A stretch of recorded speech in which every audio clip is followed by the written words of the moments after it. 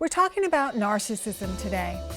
Narcissism is a word that's tossed around and used quite often in terms of explaining the behavior of others when they're being selfish or grandiose.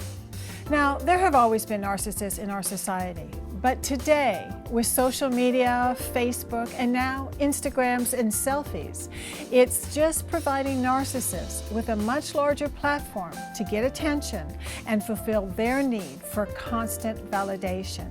And so the issue seems more obvious than ever. So who is a narcissist? Well, it's someone who has this huge sense of self-importance and an extreme preoccupation with how others perceive them. They're consumed by their own needs so that they lack empathy for others. And they often envy others and believe that they are envied in return. They believe that they're special and entitled to extraordinary privileges. And so they're prone to angry outbursts if they feel that they're rejected or criticized, or they get frustrated by others. Now, narcissism is not the same thing as self-esteem, because having some amount of narcissism is actually healthy. But people who have high self-esteem are often humble to go along with it, whereas narcissists rarely are. I want to focus today on narcissistic parents and the profound impact that they have on their children. Parents who are narcissists are so focused on themselves that they cannot empathize or meet their children's emotional needs.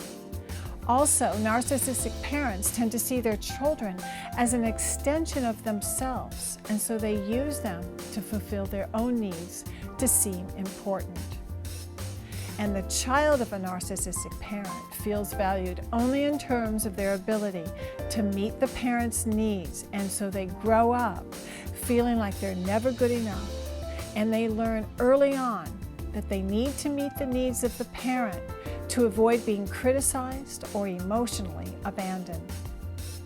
So some key signs that you may have a narcissistic parent include: 1, that you are not allowed to have your own feelings because they would upset your parent. Number 2 is, it just seems that no matter what you did, it was never good enough. 3 is that you had to please your parents or risk being abandoned emotionally. They would just withdraw. It would feel like they would be really cold towards you.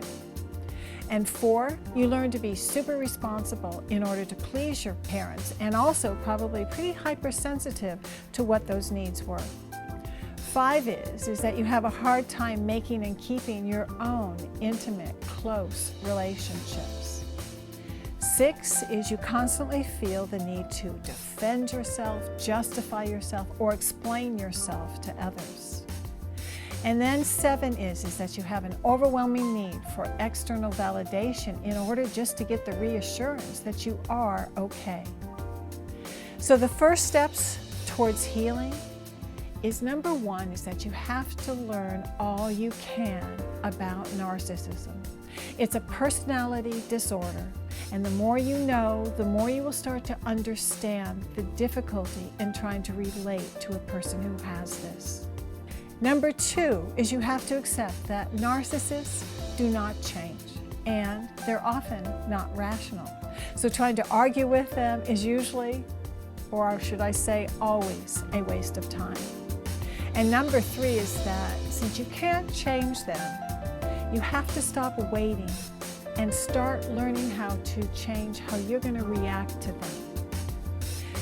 And lastly, in order to find a way to empower yourself, I really suggest that you work with a trained therapist who can help you to really let go of the hold that this parent has over you so that you can start to feel empowered again.